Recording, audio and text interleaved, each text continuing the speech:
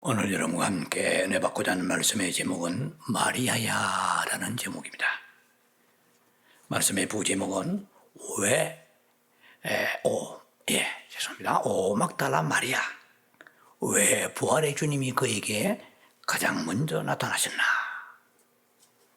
그리고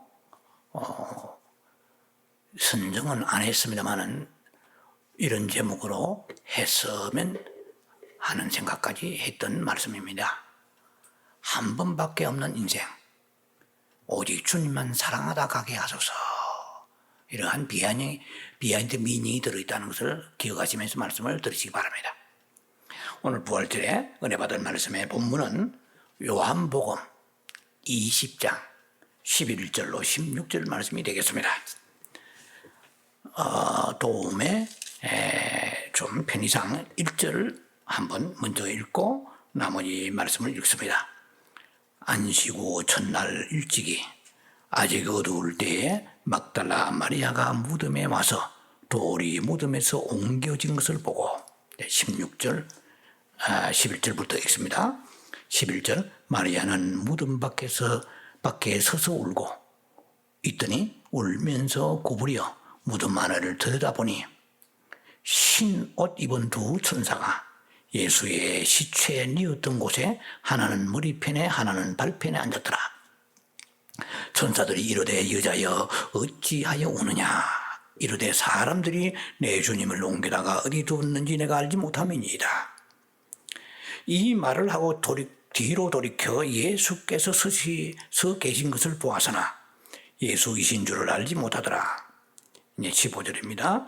예수께서 이르시되 여자여 어찌하여 울며 누구를 찾느냐 하시니 마리아는 그가 동산직인 줄 알고 이르되 주여 당신이 옮겼거든 어디 두었는지 내게 이르소서.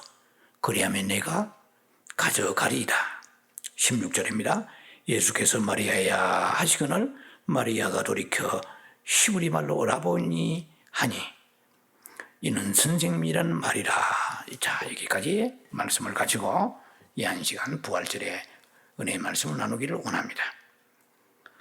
오늘은 참으로 뜻깊은 부활절입니다. 왜 이날이 이렇게 가장 중요합니까? 기독교 절기 중에 3대 절기라고 그러면 부활절과 그리고 성탄절이죠. 또 추수감사절입니다. 부활절 그리고 추수감사절, 성탄절이죠. 그런데 이 부활절이 특별히 아주 기독교에서는 핵심적인 그런 절기가 된 이유는 아시다시피 우리의 모든 사망, 그러니까 이 세상에 태어난 모든 인류들이 예수님의 부활이 만약에 없었다면 전부 다 사망으로 영원히 지옥에서 영원한 고통을 받을 수밖에 없었는데 예수님이 부활하심으로 인하여 사망 권세가 깨트려졌다. 이건 기본적인 여러분 신앙으로 다 가지고 있는 말씀입니다. 만약에 예수님이 십자가에 죽으시고 예수님의 부활이 없었다면 끔찍한 일이 벌어졌을 것입니다. 고린도전서 15장은 부활장이죠. 고린도 15장 17절의 말씀을 보면 예수님이 다시 사신 것이 살아나시지 않으시다면 우리의 믿음도 헛것이요. 우리가 아직도 죄 가운데 있을 것이고 또 뿐만 아니라 주 안에서 잠자는 자도 망했으리라 그랬어요. 한마디로 이 믿음이 헛것이라는 것이죠. 아무 짝에도 소용이 없을 뻔했다는 거죠. 예수님이 십자가에 죽으시고 부활하신 이 사건이 얼마나 중요한가를 부활장에서는 말씀하십니다. 또 이 날이 이렇게 중요한 것 중에 또 하나가 예수님이 역사적인 부활, 신학적 부활, 이 부활이 우리하고 무슨 상관이 있느냐는 얘기야. 예수님의 그 부활이 곧 우리의 부활이 된다고 성경은 말씀하십니다. 고린도전서 15장 13절에 만약에 너희가 다시 살아나는 일이 없다면 예수님께서도 다시 부활하지 않으실 것이라 이렇게 말씀하십니다. 그러니까 예수님이 부활하신 것은 그분이 죄가 없으시고 하나님이시니까 3일간 무덤에서 대가를 치르시고 부활하신 것은 나는 전능자다. 너희들이 나의 전능함을 알겠느냐? 그러므로 나를 경배하고 숭배하라. 이렇게 해서 끝났다면 우리하고 상관이 없어요. 예수께서 살아나신 그 부활은 너희 때문이다. 이런 말씀이에요. 그게 고린도서 15장에 보면은 뭐 3번이나 나옵니다. 그러니까 그 부활의 이날은 신학적이고 역사적 그 부활을 아무리 깨어 섬기더라도 나의 부활이 안 되면은 의미가 없거든요. 그만큼 예수님의 부활은 우리의 부활을 전제하는 것입니다. 여러분들 잘 아시겠지만은 요한복음 11장 25절에는 I am the resurrection, I am the life라고 그러죠. Those who believe in me, 그래서 will live, 살아날 것이다. 다시 사는데요. Even if they die, 나를 믿는 자는 죽어도 살겠고, 그랬어요. 나는 부활이요 생명이니. 그러니까 우리가 뭐 앞으로 무슨 전염병이 또 올지 몰라요. 이 세상에 어떠한 그런 재앙이 올지 모르지만 재앙이든 아니면 개인적인 자연사든 우리가 죽는 것을 제일 두려워하잖아요. 이 세상에 가장 두려운 게 죽음이잖아요. 그러나 정말 구원의 확신을 가지고 예수가 나의 구세주요, 그분이 나를 위해 십자가에 피 흘리셨다. 그러면 나는 영원히 멸망하지 않는다. 그 믿음이 확실하게 있다면 죽는 걸 조금도 두려워하지 않을 수 있다는 것은 보통 축복이 아닙니다. 아무 의미할 것도 없어요. 우리가 제일 두려워하는 게 살다가 어느 날 죽음이 오면 어떻게 할 것인가 이러고요.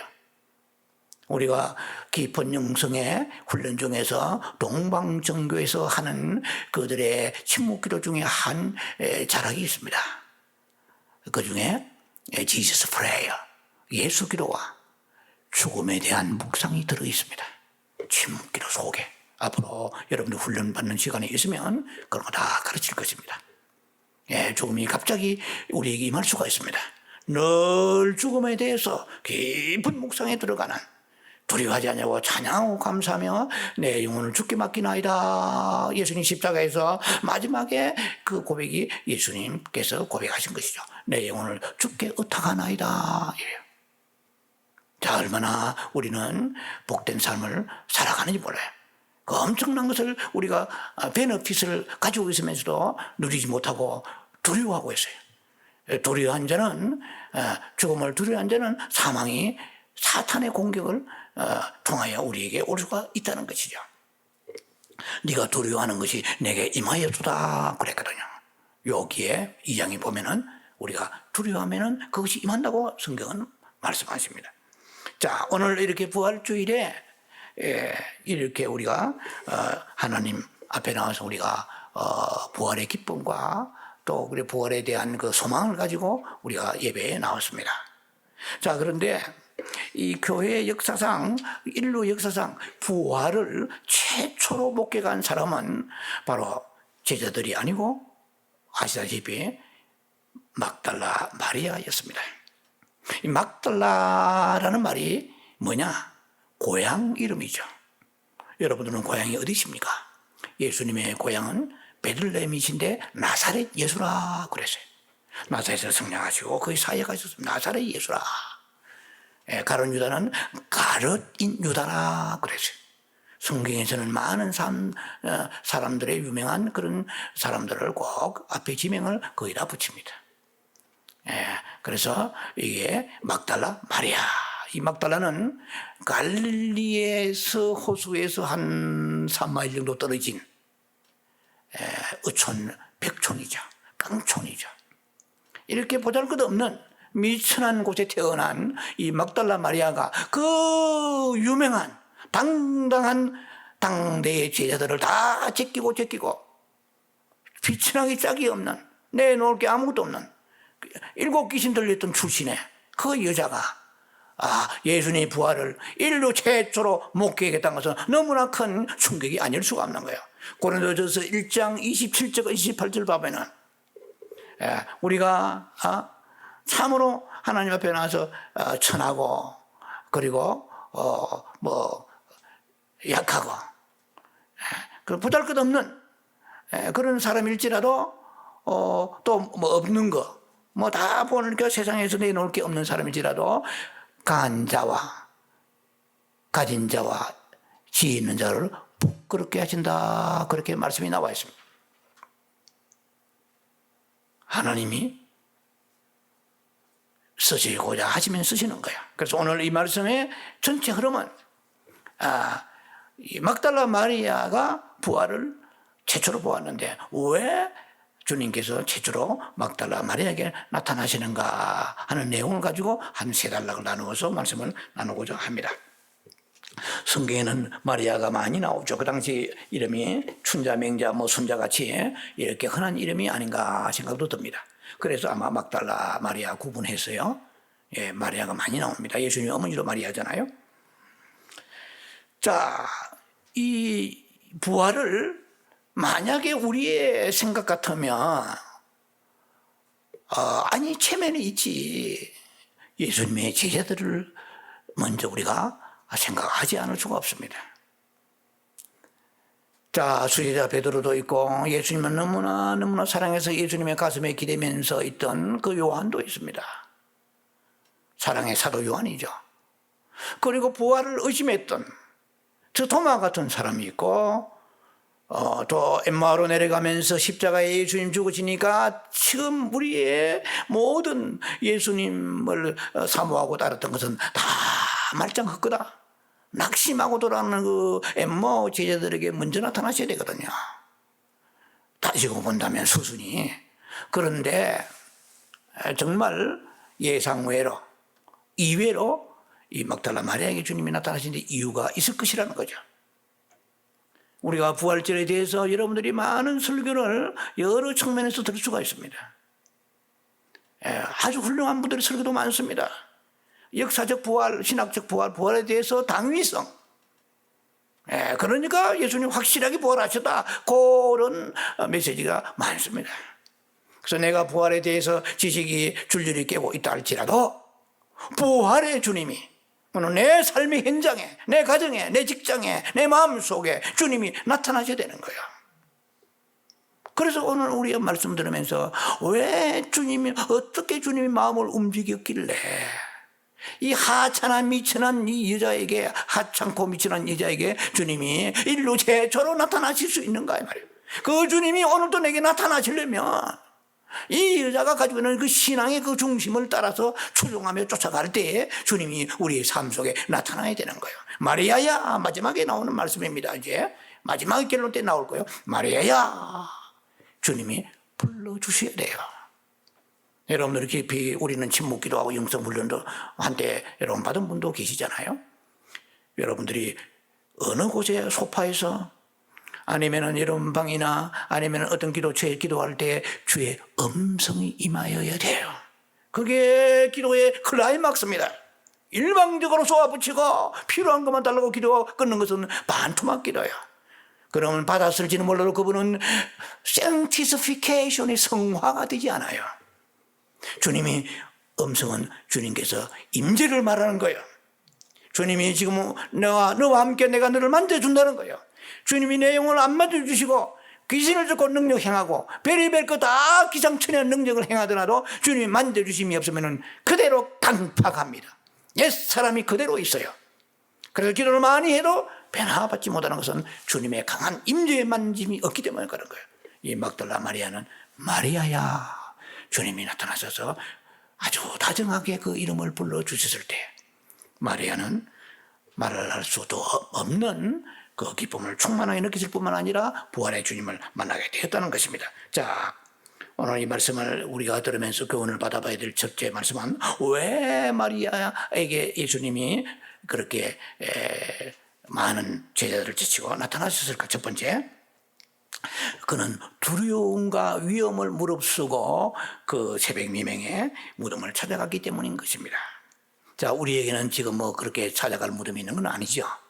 근데 우리가 잘 이렇게 적용을 해봐야 될 것입니다. 자, 마태복음 27장의 55절, 56절과 61절을 볼라치면 이 마리아는, 막달라 마리아는 예수님이 십자가에 달려 돌아가셨을 때에 약간 멀찍이는 있었지만은 지켜보고 있었다고 성경은 그렇게 기록하고 있습니다. 그때 이 막달라 마리아만 있는 건 아니었어요. 다른 마리아도 있고 뭐 살로메도 있고, 살로메 뭐 여러 여자들이 최소한 제가 성경을 볼라치면 한 5, 6명 정도는 일행이 있었어요. 다 여자들이에요. 예수님이 십자가에 달리실 때에 그들이 지켜볼 수 있었다? 이거는 보통 심각한 문제가 아니에요. 왜냐하면 신상의 위험이 올 수가 있습니다. 아주 극행에 처했기 때문에 그를 추종하는 사람들, 여러분 아시다시피 그 대제사장 가야바의 뜰에서 베드로가 거짓말을 했잖아요. 예? 네가 그 따라다니는 제자 아니냐? 저 생긴 거 봐라. 털복숭이 좀 비슷하다니까. 뭐 제가 하는 얘기입니다. 그러니까 3번이나 예수님 부인했던 거 아시죠? 그 말은 뭡니까? 신상의 위험이 있다는 거예요. 따라하던 그 예수님이 아직 지금 재판도 받기 전에 그때 제사장 가야바의 뜰에서 있는 사건입니다. 두려움이 임하는 거예요. 예. 너도 그 일행이지? 그러면 자기에게 불이익이 올 수 있잖아요. 그런데 끝까지 여인들은 지켜봐왔고 그 중에 마리아가 독특합니다. 또 뿐만 아니라 십자가에 달려있어 주어진 그 예수님 무덤, 아리마다 요셉이라는 사람이 부자가 자기의 무덤을 예수님께 드려서 세마포를 입히고 그 예수님 시신을 넣는 것까지 자세히 목도했던 사람이야. 그 무덤의 위치, 돌을 막는구나, 이런 거 다 본 거예요. 그걸 봤다는 것은 목숨을 조금 더 두려워하지 아니하고 그 위험을 감수했다는 거죠. 자, 이런 배경을 우리는 이해를 하면서 말씀을 드려야 됩니다. 자, 그런데 이 언덕도 이름이 갈보리요. 갈보리면서 도시 뭐래가 캘보리인데 이것은 원래 골고다 언덕이에요. 이 골고다란 말은 해골이라는 뜻이에요. 그러니까 이 엄선한 거야. 무덤이 많이 있고 예수님은 무덤이 있는 것이 아니고 많은 무덤이 해골이, 그 지형이 또 해골 같기도 하고 실제로 그 약간 엄선한, 여러분 새벽에 공동묘지 가보신 적이 있어요? 아마 그 보통 사람은 잘 없을 것입니다. 무슨 간땡이 시험하기 위해 가는 사람도 옛날에 있었다고 하지만, 그러나 지금 이 여인들은 이 새벽에 무덤으로 예수님을 찾아 올라간다는 것은 이건 예관한 각오가 아니면 거의 불가능한 거죠. 그런데 경비대가 있습니다. 로마의 경비대가 삼엄합니다. 그 경비병에 발각되면은 자신에게 큰 위태로운 화가 임할 수 있는 거예요. 그래서 그러나 이 여인들은 참 위대한 극성, 거룩한 극성이라 할까요? 조금도 그런데 개의치 아니하고 죽음을 무릅쓰고 찾아가는 거야. 자, 이 사람들은 참으로 그 은혜를 가슴 깊이 새긴 사람들이에요. 네. 그 예수님께 받은 은혜 받은 사람이 한두 명이겠습니까? 근데 이 여자들은 예수님이 자신들을 사랑한 그 사랑을 잊지 못하고 있는 거야. 그래서 시신이라도 한 번만 가서 배웠고 보고 향품이라도 가서 발라드리겠다는 그 목적밖에 없어요. 그런데 안식일을 아무것도 못하니까 안식일이 끝나고 새벽 미명이 되자마자 이 여인들이 이곳에 올라갔다는 거야. 사실은 성경을 자세히 뒤져보면은 이 여인들이요, 보통 그 정성 들은 게 아니야. 왜냐면은 이 갈릴리에서 예루살렘까지 거리가 약 180km 정도, 마일은 112마일 정도 되는 거야. 걸어간다면 6일 거리입니다. 한 엿새 동안 걸어야 되는 거래요. 근데 이 여인들이 갈릴리에서부터 쫓아온 거야. 그러니까 그 점수가, 오늘 또 미국에서 살려면 크레딧이 중요하잖아요. 예수님 앞에 나와서 일거수일투 주님은 다 감찰하십니다. 입에 나오는 불필요한 그 원망 불평이라든지 아니면 주님을 향한 그 정성, 순종, 이런 거 다 보세요.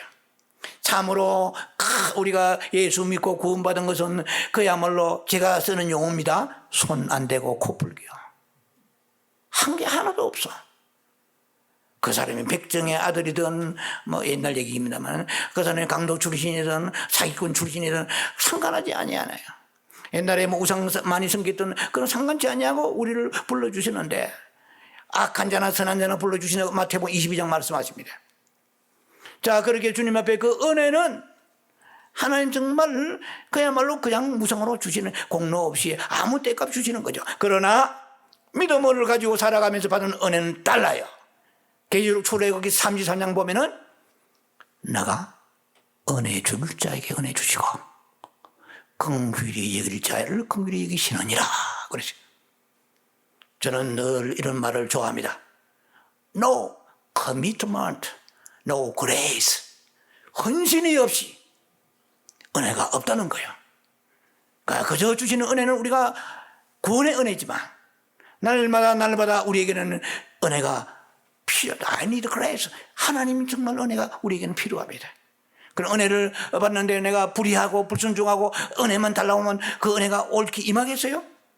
이렇게 자칫 로마 병사들에게 잡히면 투옥될 수 있는 거 위험이 도사리고 있는 곳인데 불구하고 새벽 미명에 가뜩이나 그냥 일반 들판도 아니고 골짜기도 아니고 무덤이 가득한 곳에 의지시하는 그야말로 우리말로 하면 귀신이 언제 나올지 모르겠는 이런 엄선한 곳에 경비까지 쓰고 있는데 이 자들이 묻은 입으로 올라갔기는 거예요. 주님은 그 중심을 보시는 거예요. 그 중에 그 이자들 중에서 오늘 사도 요한은 우리가 요한복음 읽었잖아요. 요한의 눈에는 마리아만 보인 거예요. 누구가 보였대요? 오늘 여러분 보세요. 다른 성경 사복음서에 이자들이 나옵니다. 2명도 나오고 3명도 나오고 1~5명도 나오는데 이 사도 요한은 마리아만 포커스를 두고 오늘 말씀을 써내려가는 거 이유가 있습니다. 예. 자, 그럼 나중에 말씀을 조금씩 풀어가며 우리가 들어보겠습니다. 자, 그래서 우리는 하나님의 은총을 잊지 않아야 돼요. 예. 주시는 은총을, 은덕을 우리는 쉽게 잊어버리잖아요. 급할 때는 주여 하고 소원도 하고 아버지 목숨까지 드리겠나이다 하는 그런 마음을 기도하지만 행편이 풀리고 하면은 쭉 느슨해지고 좀 문제가 해결되면은 우리는 나태해지는 거예요. 언제 그렇게 기도하는가를 잊어버려요. 여인은 은혜를 잊지 않는 거예요. Don't forget. 은혜를 잊지 않는 거예요. 그가 주신 모든 his benefit, 그에 주신 모든 혜택과 그에 주신 모든 도움을 늘 마음에 깊이 아로새겨서 주님이 십자가에 죽으시고 무덤에 들어가시는데 사람 죽으면 끝나잖아요. 그런데 이 여인들은 이 새벽에 위험을 무릅쓰고 올라갔다는 거죠. 왜 주님이 나타나시는가에 대한 설교를 지금 하고 있습니다. 왜 주님이 이 여인이 나타나는가? 아니 웬만하면 제껴버리고 아니 그 자존심이 있지, 질서가 있지, 제자들에게 나타나셔야 되잖아요. 얼마나 자존심 상하게 제자들은 다 제껴버리고. 그런데 이 여인에게 주님이 나타나신 것이 오늘 우리의 큰 교훈이 되어야 됩니다. 자, 그래서 우리가 신앙의 단계가 있어요. 크게 2단계를 나눈다 그러면 이렇게 그 하나님의 자녀의 믿음이 있는가 하면 신부의 영성이 있어요. 첫째 열매가 되려면 신부의 영성이 있어야 돼요. 예수 그리스도를 우주로 구주로 영접한 이후에 주신 은혜가 저나 여러분에게 많습니다. 그런데 그 은혜를 감사하는 것은 기본이고 말할 나위도 없어요. 그러나 주님께서는 주시건 주시지 않건 간에 내 삶의 목표가 예수밖에 없네. 우리가 이런 찬송도 하잖아요. 아마 찬송 102장인가요? 주 예수밖에 없네. 자, 그러한 믿음으로 주님과 연합을 추구하면서 고난 가운데서도 불평 원망하지 아니하고 주의 뜻이 계심을 믿고 나아가는 거예요. 섭리가 하나님이 나를 사랑하시는데 이렇게 고통과 물질적으로 질병과 안에 어려운 문제를 주실 때는 이유가 있을 거야. 선한 이유가 있을 거야. 이렇게 하나님 앞에 하나님을 100% 신뢰하며 나아가는 그런 주님과 연합된 믿음, 합일된 믿음, 이 믿음을 가지고 나아가는 오직 주님만 가장 소중히 여기는 이 믿음의 사람들이 바로 신부의 영성을 가진 사람은 쉽지 않습니다. 그러니까 첫 열매가 아주 소수예요. 제가 설교하는 저는 분명히 확신합니다. 제가 그 첫 열매 휴거에 대한 확신을 가지고 설교하고 계시록을 연구하는데 그날에 오면 우리는 분명히 느낄 것입니다. 먼저 가는 자가 있고 남은 자가 있는데 먼저 가는 자는 첫 열매는 퍼스트 퍼스트는 아주 소수구나. 이게 그냥 귓가로 걸려들을 얘기가 결코 아니라는 것을 여러분 확실히 마음속 깊이 새겨 들으셔야 됩니다. 자, 그래서 이렇게 이 마리아는 첫 열매 신앙을 가지고 있는 사람이야. 아름다운 신부의 영성을 가지고 있는 사람이라는 것입니다. 자, 그래서 그에게 남달리 다른 점이 있다면 바로 그런 점이라는 것입니다. 무덤을 찾은 여인들이 뭐 한두 명이 아니었지만은 어떻든 간에 이 마리아의 마음속에는 오직 예수님으로 가득 차 있었습니다. 예수님 외에는 다른 생각이 없어요. 예수님에게 오직 마음을 뺏기고 있다는 것입니다. 그 누구도 이 여자의 그 마음을 흐트릴 수가 없는 거예요. 빼앗을 수가 없는 거예요. 천사도 그 누구도 이 제자들도 이 마리아의 예수님에 향한 집념 어떻게 보면은 참 무식해 보이잖아요. 아니 시체를 그렇게 찾을 필요 뭐 있나 말이야. 너 강신자가 아니냐 이렇게 볼 수도 있겠죠. 근데 그 신앙이 여러분들은 그런 얘기 들은 적이 있어요? 지금까지 예수 믿으면서 남편이나 아내나 친척이나 자녀나 주변의 사람들에게 당신 어머니 아니면 뭐 남편이나 누가 강신자 같다고 그런 얘기를 혹시 들은 적이 있습니까? 근데 주님은 이렇게 무식하게 예수를 믿지만은 책망하지 않습니다. 야 마리아야 너 좀 고상하게 나를 믿으면 안 되니? 이렇게 말씀하신 적이 없어요. 책망도 아니었어요. 자 보면은 이러한 맹목적으로 보이지만은 주님만 바라보려고 하는 이 막달라 마리아의 마음을 왜 주님이 모르시겠냐는 거야. 자, 그래서 우리가 생각할 수 있는 말씀이 떠오릅니다. 요한일서 4장 18절입니다. 사랑 안에 두려움이 없고 온전한 사랑이 두려움을 내어 쫓느니라.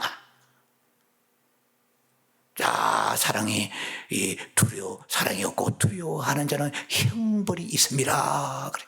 우리의 삶 속에 많은 형벌이 나타나는 거 아셔야 돼요. 하나님을 정말 사랑하고 예수를 사랑하면 주님이 주시는 고난도 선물이라고 생각할 수 있는 정도 수준이 돼야 돼요. 와, 이미 저 사람들은 잘 풀어지고 행통한데 나의 목회는 그리고 내 이 신앙의 길은 여러분들은 평신도 같으면 왜 사업이 잘 안 되고 왜 힘듭니까? 라기보다 하나님이 나를 그렇게 사랑하시나. 뭐 그것만 해서는 물론 안 됩니다. 회개도 해야 되고 뭐 이런 고백이 있어야 되겠지만 근본적인 신앙의 뿌리가 그렇게 형성돼야 된다는 거예요. 하나님을 의심하는 사람은 조금만 해도 의심하는 거예요. 하나님을 나를 서자 취급하나? 나를 버리셨나? 외면하셨나? 자꾸 이런 말이 나오는 것은 주님에 대한 사랑과 신뢰가 없기 때문인 것이요. 자, 이렇게 마리아는 생명을 다하여 주를 사랑했다는 것이고 두려움을 두려워하지 않고 조금도 불이익을 두려워하지 않았다는 것입니다. 두 번째, 마리아는 주님의 시신을 찾기 전에는 결코 무덤을 떠날 수가 없다는 확고부동한 믿음을 가지고 있었다는 것이죠. 자, 마리아가 새벽 미명에 무덤에 올라간 것은 무슨 특별한 부활 신앙이 있어서가 아니에요. 단지 생각은 아주 단순한 것입니다. 사랑하는 그 예수님 시체라도 한번 보고 향품, 그건 썩지 않게 받는 거죠. 향품이라도 발라드리겠다는 것이 유일한 목적이었습니다. 그런데 이렇게 위험을 무릅쓰고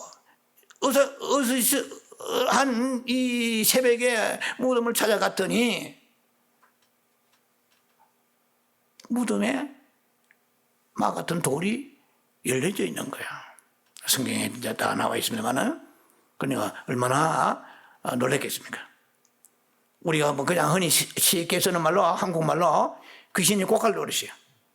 아니 갱비를 삼엄하게 하고 있는데 돌이 어떻게 옮겨질 수 있느냐는 말이에요. 그러니까 굉장히 당황했을 것입니다. 연실색했을 것입니다. 요한복음 20장 1절입니다. 돌이 무덤에서 옮겨진 것을 보고 그랬거든요. 자, 돌이 옮겨진 걸 보니까 당황했지만은 바로 이제 천사가 나타나서 이제 이런 말씀하는 장면들이 나옵니다만은 그녀는 일단은 한 걸음에 달려가서 그 제자들에게 가서 사실을 고합니다. 베드로와 베드로 요한이죠. 이제 고하기 전에 이제 이 사건이 성경에서는 마가복음에 나오는 것을 염두에 둬야 돼요. 저는 이 말씀을 연구하면 내람도로 연구하면서 왜 사도 요한이 그때 올라가도 이자들이 최소한 5명은 되는데 막달라 마리아라는 이름 외에는 거론하지 않는가 이 말이에요. 마가복음 16장 8절입니다. 이자들이 이 말이에요. 거기 함께 새벽에 무덤에 올라가서 이자들을 말합니다. 이자들이 몹시 놀라며 떨며 나와서 무덤에서 도망하고 그랬어요. 도망가 버렸어요. 그러면 날 살려라 도망가 버린 거예요. 무덤이 열려놓으니까. 무서워서 아무에게 아무 말도 못하더라 그랬어요. 일단은 어느 면에 볼 때는 인간적인 측면에 볼 때는 마리아는 참 간이 좀 큰 것 같아요. 그러나 간이 크다고 믿음이 있는 건 아니에요. 간과 믿음과는 정비례하지 않습니다. 우리가 말하자면 그렇거니 하는 것이지. 자, 베드로와 요한에 가서 얘기하니까 이 사람들이 이제는 그럴 리가 있나? 잘못 봤겠지? 하여튼 이런 생각하면서 쫓아왔겠죠. 그래가 베드로 요한이 막 쫓아오는데 그런가에 설명을 길게 못하겠으면은 참 요한은 정직하고 참 좀 순수한 사람 같아요. 자기가 먼저 달려가는데 나중은 베드로는 그날 컨디션이 안 좋았는지 좀 뒤뚱거리며 늦게 달려봤어요. 무덤 있는 데까지. 그런데 자기는 먼저 왔지만은 무덤 안에는 못 들어가 본 거야. 그 베드로는 늦게 왔는데 불구하고 다 함께 안에 들어갔다고 성경은 그렇게 얘기하는 거예요. 참 세세하게 쓴 거예요. 제가 만약에 이 성경을 쓴 하나의 저자 같으면 내가 먼저 달려갔더라까지만 쓰겠어요. 거기 나오거든요. 달려갔는데 제자가 달려갔는데 무덤 안에는 못 들어갔는데 나중에 베드로가 들어가고 난 뒤에 자기가 봤다 이런 말이 나오십니다. 자, 이건 성경에 나온 얘기니까 그냥 제가 애도해 본 것입니다. 그런데 문제는 뭐냐면은 그 무덤에 안에 긴가민가하고 늘려진 무덤을 보고 제자들이 보니까 예수님이 시체가 없는 거야. 예수님의 시체에 감쌌던 세마포 벗겨져 있고 두건도 한쪽에 개켜져 있어요. 그런데 요한복음 20장의 10절에 이렇게 말씀이 기록되어 있습니다. 이에 두 제자가 자기 집으로 돌아가니라 그랬어요. 사실은 이들이 집으로 돌아간 건 아니에요. 우리가 번역은 이렇게 했는데 성경은 they were staying there. Where? They were staying.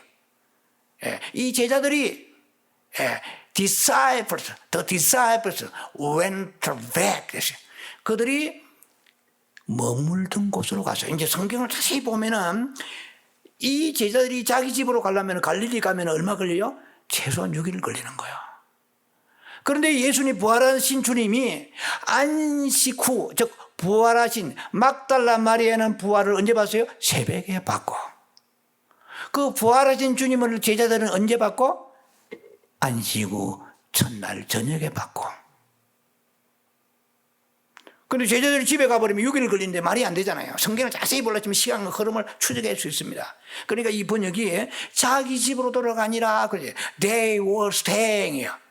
그들이 머물던 곳으로, 오늘 민박집이나 예루살렘 부근의 민박집이나 가까이 곳에 지금 어떤 일이 어떻게 벌어질지 모르니까 그들이 두려워 떨고 있는 거예요. 그때에 예수님이 나타나시잖아요. 밤에. 저녁에 나타나셨고, 이 마리아는 꼭두 새벽에 주님이 나타나신 거예요. 차이가 엄청나죠. 자, 그래서 제자들은 빈 무덤을 보고 어떻게 했습니까? 자기 집으로 돌아가냐. 그러니까 자기가 스테잉 하던 머무르는 곳으로 돌아갔단 말이죠. 그런데 마리아도 돌아가야 돼요? 안 돌아가야 돼요? 돌아가야지. 제자들이 가는데 여자를 남아가 어떻게 하려고? 특히 마리아는 혼자 남았는데 마리아는 돌아가지 않았어요. 자, 마리아가 생각할 때, 이건 제 생각입니다. 당신들은 돌아갈 곳이 그 집이 있는지 몰라. 나는 갈 곳이 없다. 만약에 있는지 없는지 몰라요. 제 생각이요. 갈 곳이 내게 있더라도 나는 예수님의 그 시신을 향품을 발라드리고 시신을 바르게 나고 보기 전에는 결코 돌아갈 수 없다. 어떻게? 당신들은 돌아가서 쉬고 안식안이 중요할지 모르지만 나는 예수 없는 세상, 예수 만나지 못하는 세상, 나는 아무 의미가 없단 말이야. 내가 잠이 오겠나? 무슨 일이 손에 잡히겠나? 나는 돌아갈 수 없다. 그래서 남아있는 거예요. 자, 여러분 대단하잖아요. 네, 사랑을 하려면 이렇게 해야 되는 거예요. 끝까지 목숨 걸고. 자, 그래서 이런 사랑을 예수님이 어떻게 가벼이 지나치시겠느냐는 것입니다. 마리아는 발걸음을 옮기지 못하고 그 무덤, 빈 무덤 앞에서 어떻게 보면은 참 철딱선이 없어 보이고 철없이 보이고 무식해 보이지만은 그 빈 무덤 앞에 울고 있습니다. 그런데 그때 마침 천사가 나타났잖아요. 만약 천사가 나타나지 않았다면은 마리아는 거기서 울다가 어쩌면은 실신할지도 몰라요. 예, 그래서 화석이 되고 망부석이 되는지도 모릅니다. 그건 제 생각이지만 마리아는 무슨 계산이 있는 여자가 아니에요. 사랑은 계산하지 않은 억까움도 계산하지 않는 거잖아요. 예. 우리가 계산할 때부터 사랑은 사랑이 아니에요. 사랑이 퇴색하는 거예요. 여러분 결혼한 사람들은 처음 만났을 때 계산이 있습니까? 아무런 계산이 없는 거예요. 나쁜 것도 좋은 거예요. 좋은 것도 좋고 나쁜 것도 좋은 거예요. 그러나 결혼에 살아가면 좋은 것도 나쁜 거예요. 나쁜 것도 나쁜 거지만 좋은 것도 나빠지는 거거든. 우리 사랑이란 것은요, 인간의 사랑은 아가페 소설적 사랑이 아니에요. 조건부 사랑이에요. 변질되기 쉬운 사랑이거든요. 그런데 여기서 이 여인은 보면은 자기에게 지금 이렇게 울다가 어떻게 될지 생각을 안 하는 거야. 그러니까 천사가 어느 면에 볼 때는 천사가 더 급한 거야. 천사가 나타나가지고 여자에게 말합니다. Woman, why are you sad crying? sad란 말이 제가 넣은 건데요.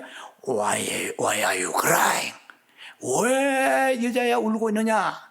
이 마리아의 생각은 이렇습니다. 제 생각인데요. 만약에 예수님이 천국에 아니 계시면 천국도 지옥이요.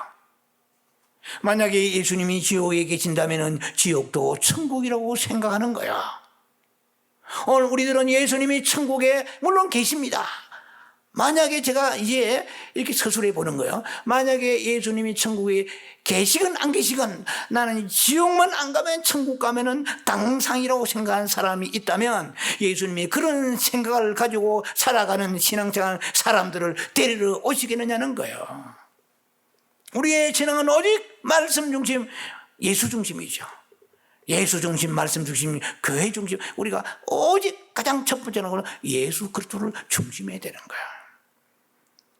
요한복음 20장 13절을 보면은 천사가 나타나서 그렇게 마리아에게 왜 울고 있느냐 물었을 때에 이거는 한자로 말하자면은 경천동지 할 일입니다.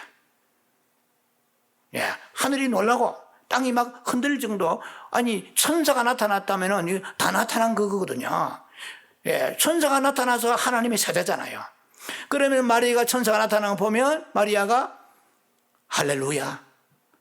그 천사를 붙잡고 위로받고 천사의 메시지를 들으면서 주의를 집중할 텐데 천사가 나타나도 전혀 무슨 감격이 하거나 아니면은 두려워 떨거나 놀라거나 이런 또 아니면 위로받는 것도 없어요. 오직 마리아의 마음에는 예수님의 그 주신 시신을 찾는 것밖에 없어요. 세상에 천사가 나타나도 위로 못 받는 사람은 성경 전체에서 내가 보니까 마리아 왜 있겠냐 여기에 나오는. 그냥 마리아 보통 마리아 아니에요. 막달라 마리아. 7 귀신 들렸던, 한때 귀신 들려가지고 미쳤던 여인이야. 이런 비천한 여인인데 그 행적을 한번 보니까 보통이 아니에요. 얘는. 예. 자, 그래서 예수님이 이 여인에게 나타나시지 않을 수가 없다는 것이죠. 예. 그 무덤에서 목숨 걸고 예수님이 그 시신을 찾아서 기다리는 거예요. 한도 끝도 없이. 이 모습을 중심에 보신 거죠. 자, 세 번째. 왜 부활하신 주님이 이 여인에게 나타나시는가? 맨 먼저 나타나시는가? 오직 주님만을 갈망하고 그리고 주님만을 갈급해했기 때문에 그렇습니다.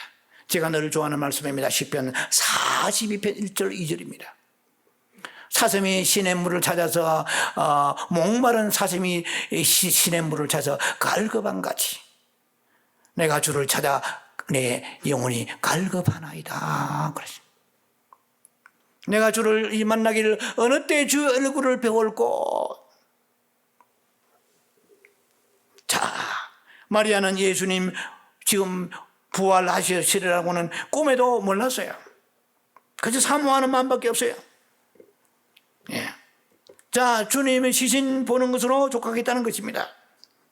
이 여자가 예수님으로부터 부활에 대한 설교를 들었는지 안 들었는지 모르겠지만은 성경을 보면 들었다 하는 것을 알 수가 있어요.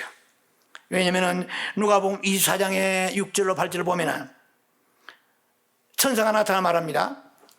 너희가 지금 시체를 찾는데 갈릴리에 계실 때 주님께서 너희에게 설교하지 않았느냐. 제가 이제 풀어서 쉽게 말합니다. 갈릴리에 계실 때 그분이 너희에게 설교하지 않았느냐.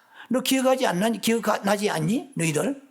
이 여자들에게 주시는 메시지죠. 이제 무덤에 올라갔던 찾아갔던 여자들에게 기억나지 않느냐. 죽으시고 3일 만에 부활하신다는 말씀을 너희가 들었지 않느냐.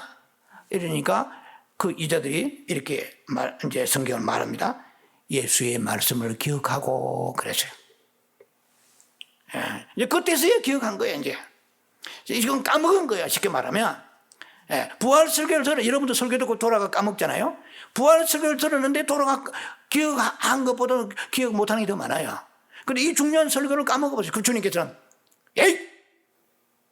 망령된 것 같으니라고. 부활의 설교 들을 때 졸고 있고 뭐 하느냐? 시체 찾고 있냐? 이렇게 말씀하지 않으셨거든요. 주님은 허물을 보지 않고 중심을 보세요.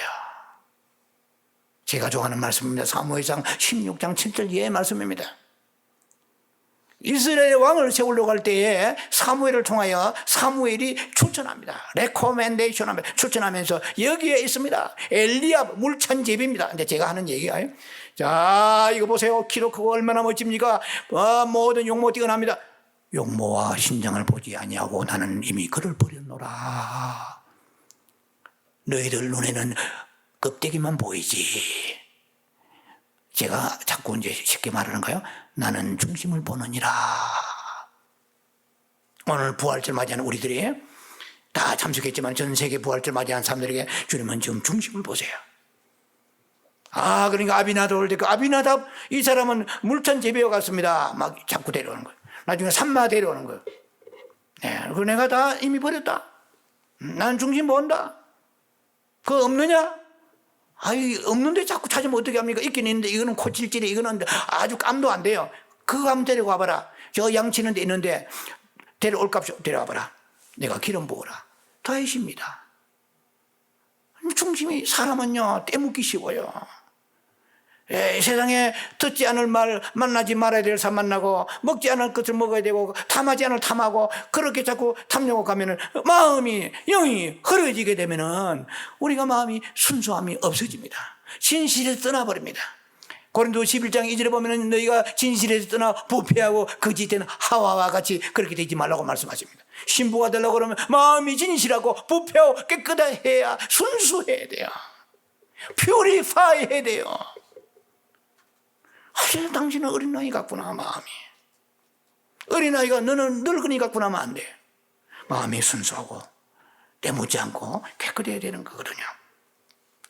비록 이들이 지식은 없고 부활신앙 없어도 무식하다고 주님은 책망하시지 않고 주님은 오히려 그들 마음 중심만 보시는 거야. 우리는 설교 듣고 뭐 지식도 물론 중요하죠. 성경 공부해가지고 깨뚫고 이런 걸 중요하고 자랑스럽게 생각할 게 아닙니다. 중요한 거는 주님이 나타나셔야 돼요. 내가 기도할 때 나타나셔야 되고, 내가 예배 드릴 때 오늘 예배 드릴 때 나타나셔야 돼요. 주님이 나타나실 줄 믿습니다. 할렐루야. 마음이 어두운 사람 볼 수가 없는 거거든요. 지금 이 여인은 좀 무식합니다. 요한복음 5장 39절 40절을 늘 자주 제가 좋아하는 말씀입니다만은, 너희가 이 성경에서 영생을 얻는 줄 알고 성경을 상고하거니와 이 성경은 나에 대하여 증거하는 바로라. 그러나 너희가 영생을 얻기 위하여 이 성경 지식은 달달달 외우는데 내게는 나오지 아니하도다. I am the resurrection. I am the life. 내가 부활이고 내가 생명이다. 너희가 지식을 사랑한 만큼 마음을 다하여 나를 사랑하느냐. 이 여인은 무식합니다. 누가 봐도 성경 공부했는데 다른 사람보다 구절도 많이 외우지 못해요. 부활 설교 마태복음에 4번이나 얘기했는데 다 까먹어버리고 지금 시체 찾으러 왔습니다. 근데 우리 주님은 너야 무식한 거사 성경 공부하고 뭐 했냐, 다 까먹었냐 하지 아니하시고 주님은 오히려 마음속으로 감동하세요. 여러분, 제가 뭐 성경 공부하는 거 아니면 성경 많이 하는 거 이걸 무시하는 건 아닙니다. 우리가 말씀하는 만큼 주님을 사랑하고 주님을 가지 않으면 이것은 영적 바리새인에 불과하고 지식 일변도에 불과한 것입니다. 저도 한때 성경 구절을 얼마나 많이 외웠는지 몰라요. 수백 구절 외웠습니다. 어느 곳에 신방 가면 사람들이 아이고 목사님 대단하시네요. 뭐가 대단합니까? 성경 구절을 어떻게 그렇게 많이 외우세요? 그래서 그거 듣는 순간에 제 마음이 어떻게 해요? 어떻게 듣세요? 우쭐해지는. 그렇지, 내가 뭐 보통 목사가 성경 구절 이렇게 많이 외우면서 많지 않을 텐데 주님이 보실 때 얼마나 가정스럽겠어요. 성경을 외우는 게 나쁜 게 아니에요. 그러나 오늘 설교 듣고 말씀을 외운 것을 그렇게 살려고 외우고 살려고 말씀 듣는 거예요. 돌아서면서 신발 신으면서 말씀 잊어버리면은 이 마리아와 같은 신앙과는 너무나 거리가 먼 사람이 되고 마는 거예요. 할렐루야. 말씀도 새기고 그리고 그 말씀대로 살아가려고 몸부림쳐야 되는 것이거든요. 그런데 오늘 이 여인은 말씀은 잊어버리지만 부활신앙은 없지만 그러나 그 중심이 너무나 주를 사모하기에 주님께서는 이 여인을 위로해주고 보상해 주시기 위해서 나타나신 것입니다. 자, 먼저 8장 17절에 말씀하십니다. 나를 사랑하는 자들이 나의 사랑을 입을 것이며 그러죠. 우리는 이렇게 말합니다. 주님이 나를 사랑하십니다. 저는 옛날에 목회를 나름대로 오래 하면서 신앙을 참 갖지 못해 안타까워 제가 했던 그런 사람들이 있습니다. 주일 성수 잘하네요. 바빠요. 비행기 타고 댕기고 뭐 비즈니스하고 바쁜 분이에요.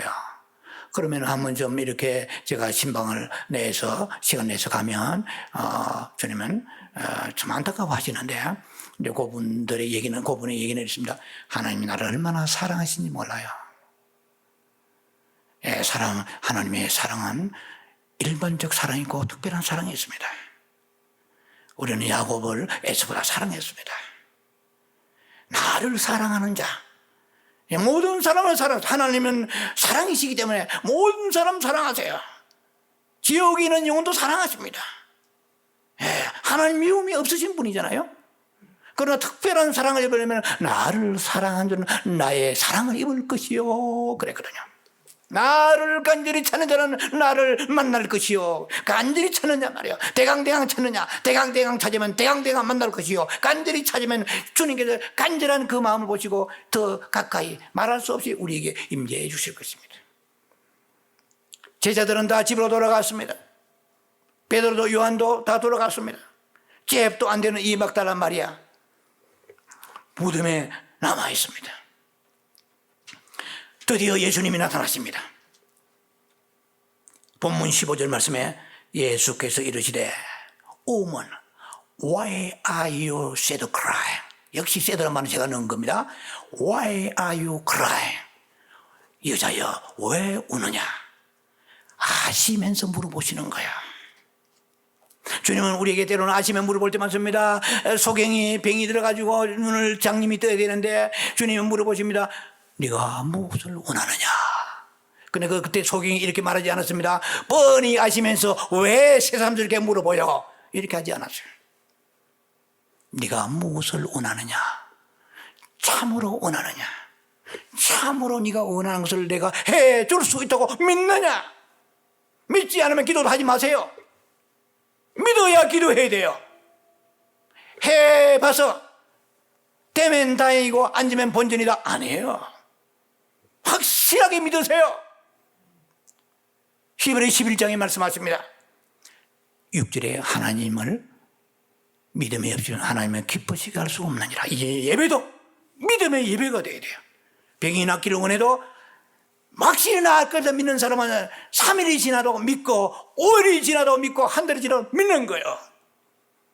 믿음이 없는 사람은 내 그럴 줄 알았다. 내 같은 거 치료할 리가 있겠나? 이건 믿음이 아니에요. 자, 주님께서는 여자여 어찌하여 울며 나를 누구를 찾느냐.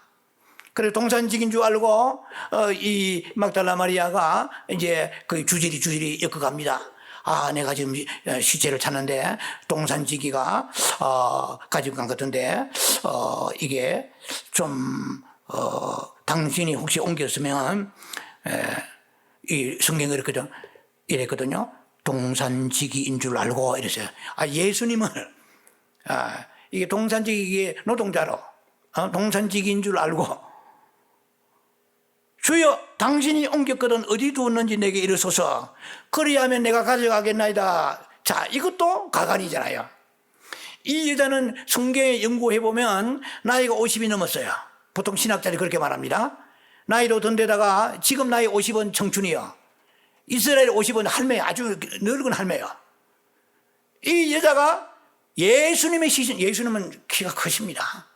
예, 그분이 사역하실 때는 장대하십니다. 기골이. 그런데 예수님의 그 시신을 이 가녀린 여자가 가져가겠다? 이게 정말 황당무계하잖아요. 예, 그리고 예수님을 지금 동산지기 하는 것도 난센스잖아요. 이거 자가당착이거든요. 자, 자기 모순이라 이 말이죠. 예, 이게 무엇이든 간에 좀 이렇게 질서가 없고 무식하고 얼토당지 않습니다. 자, 주님은 그런 거 전혀 개의치 않으십니다. 왜냐하면 이것이 사랑의 기묘함이요. 만약에 예수님이 이렇게 말씀하시면 어떻게 할까요? 여인아, 그래 네가 찾는 그 예수를 그 시체를 네 앞에 갖다 주면 네가 무슨 힘으로 운반하겠냐? 말 같은 소리라. 이런 말도 없잖아요. 그래 앞뒤가 맞지 않지만 이 사랑의 기묘함이거든요. 네. 자, 아가서의 8장 6절에 말씀합니다. 사랑은 죽음같이 강하고 그랬어요. 사랑하는 그 사랑이 죽음을 피할 수 없는 것과 같이 강렬한 사랑은 피할 수가 없다는 거야. 그래서 로미오 줄리엣 같은 거, 여러분 이 세상의 위대한 명작들은 이루어질 수 없는 사랑들을 얘기하고 있는 거야. 예, 괴테의 젊은 베르텔의 슬픔이라든지 그 셰익스피어의 로미오와 줄리엣 얼마나 사람들이 가슴을 저미고 훌륭한 명작으로 지금도 역사합니까? 왜냐하면 우리가 하나의 이상적으로 생각하는 그 사랑이 사랑 원행이 바로 저거다. 바꾸고 말하면 그것이 예수님의 우리의 주시는 그 사랑이거든요. 사랑은 조건이 없다 이 말입니다. 고린도전서 15장 5절은 제가 좋아하는 말씀입니다. 마음속으로 꼭 되시기 바랍니다. 되시기 있어요. 사랑은 자기 유익을 꽂지 않고, 자기 계산하는 것은 사랑이 아니에요. 진정한 사랑은 자기의 유익을 꽂지 않는 거예요. 사랑했는데 손실이 온다? 그래도 사랑하는 사랑이 진짜 사랑이야. 우리 이 세상에 사랑하는 사랑들은 사랑의 모조품, 중국산 짝퉁, 사랑이 변질된 사랑이 너무 많아요. 기도하면서 무엇을 회개하십니까? 내가 사랑이 부족하나이다. 아버지의 사랑, 예수의 사랑이 부족하나이다. 그 예수의 사랑을 받아놓고 날마다 사랑 타령하고 사랑을 더 부어주옵소서 하면서 나는 사랑하지 않나이다.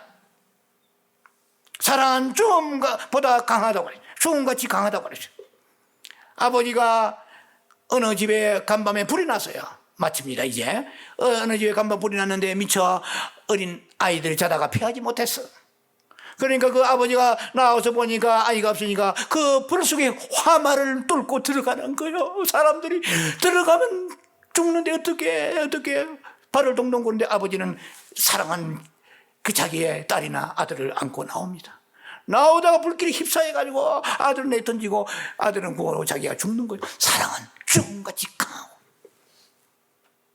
여러분 그런 사랑 한번 해보면 주님 앞에 그런 사랑하면서 이 세상 떠나고 싶은 마음이 열망이라도 생기지 않나이까. 이 부활절에 주여 내 사랑이 식어졌나이다. 첫사랑이 식어졌나이다. 이 부활절에 내 그 첫사랑이 회복되게 하여 주옵소서. 그런 고백을 해야 될 것입니다. 그런데 주님이 말씀하십니다.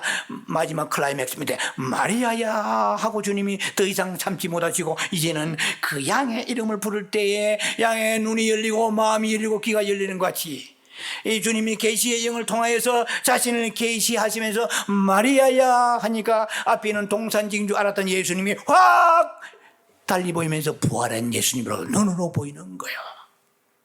주님의 음성이 임해야 됩니다. 기도할 때 마지막 부분에 주님의 음성을 들으시기 바랍니다. 저는 자랑이 아니에요. 기도 문을 열어 들어가면은 아들아 얼마나 그때 행복한지 몰라요. 그 달콤한 주님의 그 음성을 저와 여러분이 항상 듣는 역사가 있어야 될 것입니다. 마리아야, 설교는 듣고 은혜 받고 역사적으로 신학적으로 부활에 함께했지만은 주님이 찾아오셔서 마리아야 하고 다정하게 부르신 것이 그 음성이 우리가 음성을 듣지 못한다면 어떻게 되겠느냐는 거예요. 자, 주님의 음성을 들으면 모든 계시하신 것은 거기서 완성되는 것입니다. 더 이상 무엇이 필요하겠습니까? 더 이상 슬퍼할 필요도 없는 거예요. 그럼 우리는요, 단 한마디의 음성을 통하여 마리아는 주님을 알아봤고 부활의 주님을 만났습니다. 오늘 이 아름다운 부활절을 통하여 주의 음성을 듣게 하소서.